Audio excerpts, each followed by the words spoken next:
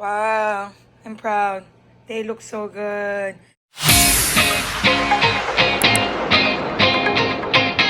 Hi guys! So today, I'm gonna attempt to make keto peanut butter cookies. So, this is not a no-bake version, but eventually I will try to make a no-bake version. Marami rin sa YouTube. But I just want to say to you guys that even if you're doing keto, you could still have desserts. So I'm making this keto peanut butter cookies kasi medyo may sweet tooth ako. And to avoid eating chocolates or ordering sweets outside, so I'm gonna make this.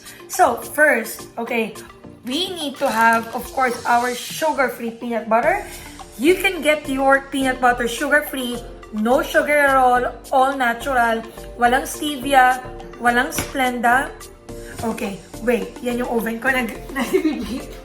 Okay, going back. So you could get your sugar-free peanut butter at www.healthychoices.ph. The link will be posted below and in this video. So you could get yours. We have chunky. So if you want more peanuts or more crunchiness to eat for the peanut butter, pwede mong bilhin yon. And then we also have creamy version. I prefer creamy version.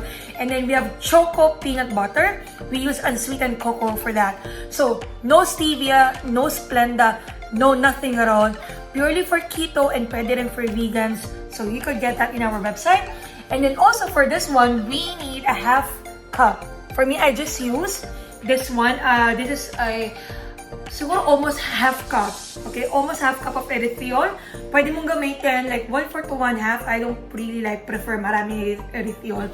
But yes, you could also get this in our website. You could shop in our website for all your keto needs. So we have this. And also, we can use almond milk. So, only 1 tablespoon of almond milk kasi medyo thick yung peanut butter. So, if medyo mahirap i-mix yung ingredients lahat, you could mix almond milk. So, guys, again, you could buy the almond milk, the sugar-free peanut butter, and erythritol in our website. Now, the vanilla extract is optional, but if you want to add it, you can add 1.5 teaspoon of vanilla extract. So I'm not really into baking. It's my first time to bake pastries, but I'm gonna diet fitness journey.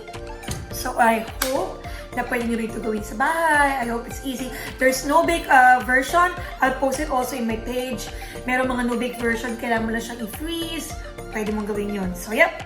That's it. So bowl, spatula, and a parchment sheet. Oh, sorry. You need an egg. Parchment paper to bake. So yeah, so the oven was beeping earlier because, kailangan mong i-preheat yung oven at 350 degrees. So, again, now, we need to mix all of our ingredients.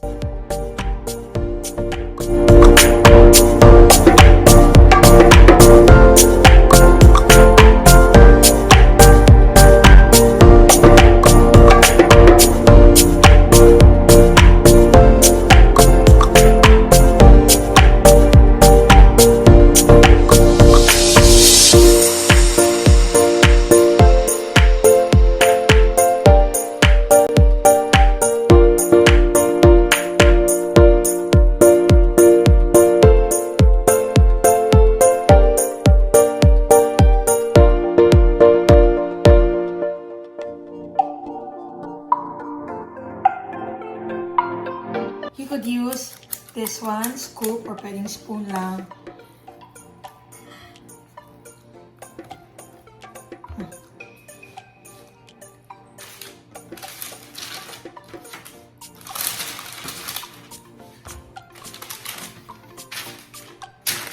Oh.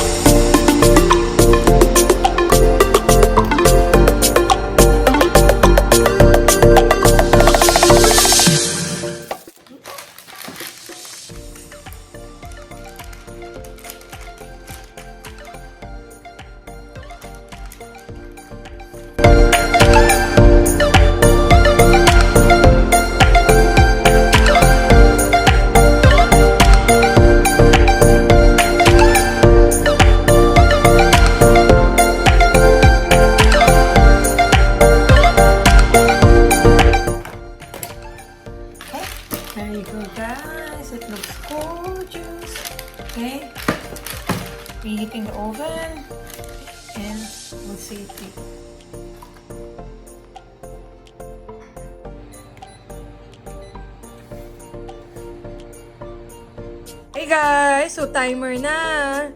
Wow, I'm proud. They look so good. You need to let it rest for 3 to 4 minutes. So, para at least mag-cool off siya. What are you doing? Let them rest on your plate for 3 to 4 minutes. That's what you're supposed to do. What the? Well, look, your hands are busy taking a video anyway, so you can't stop. Okay, so now we have 8 left. So, best step in the fridge. Ito, or freezer. I like to put in the freezer para at least cold kasi siya, masarap siya, mas manguya. So anyway guys, that's it. Keto peanut butter cookies is so easy. Okay?